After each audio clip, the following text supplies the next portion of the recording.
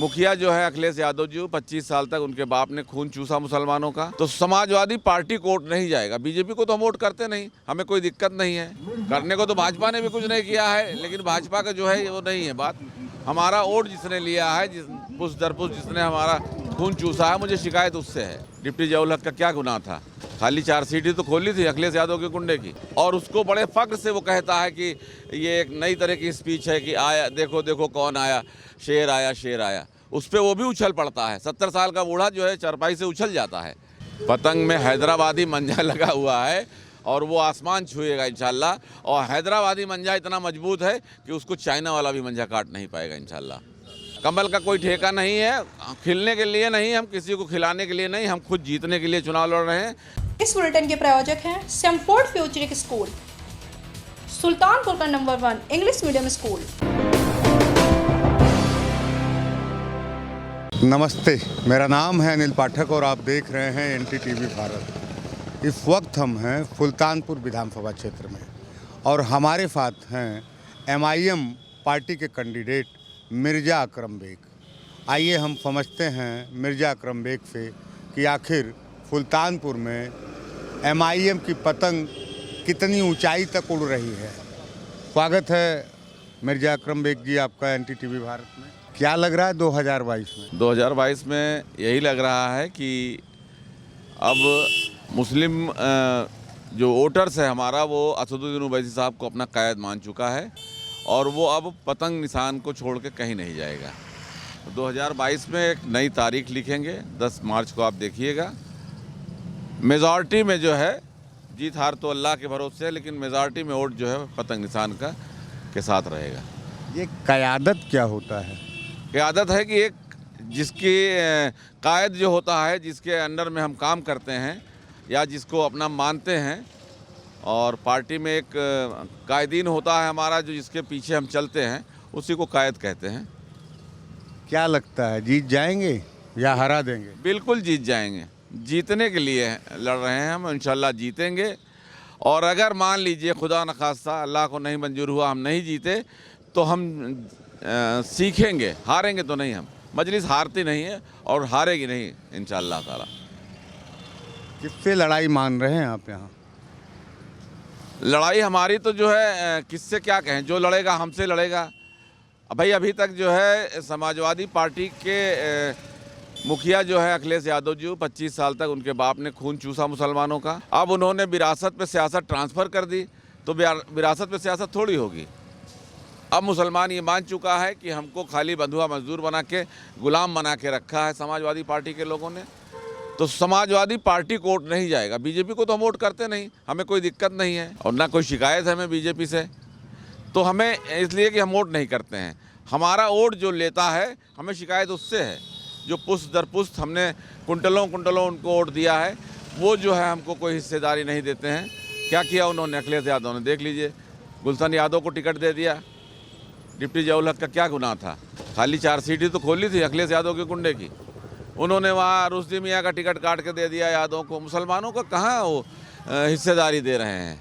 आप ज़्यादा don't Samajwadi party पे मार रहे हैं, भाजपा को कुछ बोल ही नहीं रहे हैं। नहीं, बिल्कुल भाजपा को भी बोल रहे हैं। भाजपा को क्यों नहीं बोल रहे हैं? भाजपा को इसलिए नहीं कह रहे हैं हम कि चूँकि वोट हम भाजपा को थोड़ी देते हैं।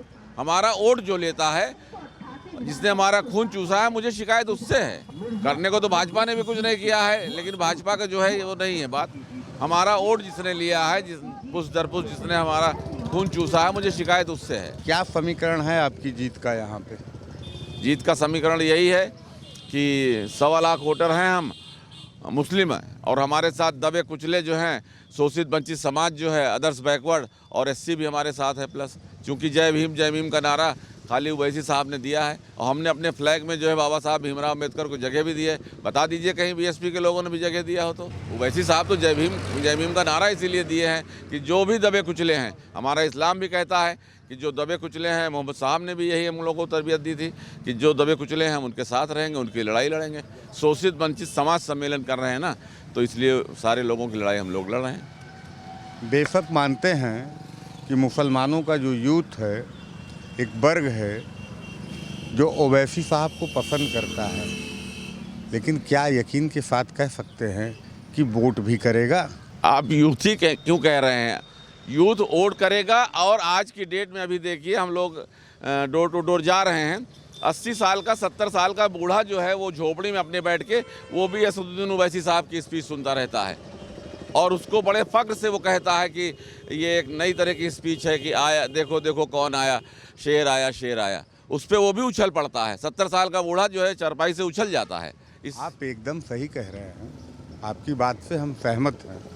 ये हमने देखा युवाओं में जुनून भी है ओवैसी साहब को लेकर के, लेकिन जैसे चंद्रशेखर रावण हैं, दलितों के उसी कम्युनिटी से हैं, दलित नौजवान उनको पसंद करते हैं लेकिन वोट बहुजन समाज पार्टी को देते हैं, उसी तरह से क्या इस बार आपको लग रहा है पसंद अलग है, कहीं ऐसा तो नहीं है मुसलमान समाजवादी को ही चला जाए, आपको न मिले? नहीं, ऐसा नहीं होगा। आप देखिएगा चंद्रशेखर रावण से आप कंपेयर क्यों कर रहे हैं? चंद्रशेखर रावण के पार्टी की कितनी उम्र है बताइए? असदुद्दीन ओवैसी साहब को अगर चंद्रशेखर से आप मिला रहे हैं तो फिर तो बहुत गलत बात है ना। यूथ भी वोट देगा, दूसरे हमारे दबे कुचले जो हैं वो भी वोट करेंगे। और सबसे बात जो है अब जो है, अभी तक तो आप यूथ को कह सकते थे, लेकिन अब मैं देख रहा हूँ हमारा वो बूढ़ा भी जो है, बूढ़ी औरतें, जब मैं डोर टू डोर जा रहा हूँ उनसे मिलता हूँ तो वो यही कह रहे हैं कि भैया ना आते तब भी जो है वोट इस बार पतंग को ही जाएगा, दूसरे को हम किसी को वोट नहीं करेंगे। कितना उड़ेगी पतंग? पतंग में हैदराबादी मंजा लगा हुआ है और वो आसमान छुएगा इंशाल्लाह। और हैदराबादी मंजा इतना मजबूत है कि उसको चाइना वाला भी मंजा काट नहीं पाएगा इंशाल्लाह। मंजा काट नहीं पाएगा। कहीं अगर कटाने के चक्कर में कमल खिल गया तो क्या होगा? कमल नहीं खिलेगा, कमल नहीं खिलेगा, कमल नहीं खिलेगा। समझ रहे हैं ना? कमल का कोई ठेका नहीं है। खिलने के लिए नहीं, हम किसी को खिलाने के लिए नहीं, हम खुद जीतने के लिए चुनाव लड़ रहे हैं। इंशाल्लाह आप 10 तारीख को देखिएगा रिजल्ट क्या आएगा। देखिए वोट की आप बात ना आप कर सकते हैं ना मैं कर सकता हूँ। उड़ान बताएगी कि आसमान किसका है। उड़ान बताएगी कि आसमान कितना है। ये दावा है मिर्जा अकरम बेग का। ऐसे और प्रत्याशियों के साथ हम फिर हाजिर होंगे। कैमरा पर्सन रमा शंकर के साथ मैं अनिल पाठक, NTTV भारत।